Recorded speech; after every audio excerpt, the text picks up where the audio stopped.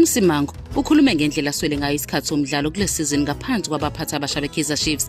Lo mdlalo wasemuva ujoyine iqembu ngoJuly 2023 kanti ubejwayele ukuqala ngesizini edlule ngaphansi kwabaqeqeshi uMolefe Ntseki noKevin Johnson. Kodwa manje njengoba sekunokuncintisana okwengeziwe endaweni yomdlalo wasemuva ngenxa yabadlali abasha abavikelayo, isikhathi sakhe sokudlala sesehlile.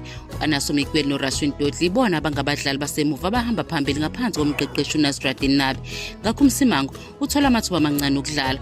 Usadlala imidlalo emine kuphela kuze kube manje. Uqale emithathu waphinde wangena kowodwa. uMsimango uthi izinguquko ekuqaleni kwesizini njengomqeqeshi omusha nabadlali basemuva abasha ziholele ekuthena lahlekelwe ukuqala emidlalweni. Isizini edlule imhambele kahle ngoba udlala ecishe yonke imidlalo, kodwa uyaqonda ukuthi le sizini ilethe izinselele ezintsha.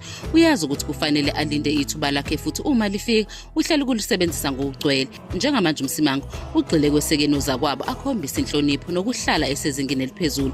Unethemba lokuthi uzodlala uma iKaizer Chiefs isibhekana neCape Town City emidlalweni ozoba ngesonto mhla ka-5 kuJanuwari.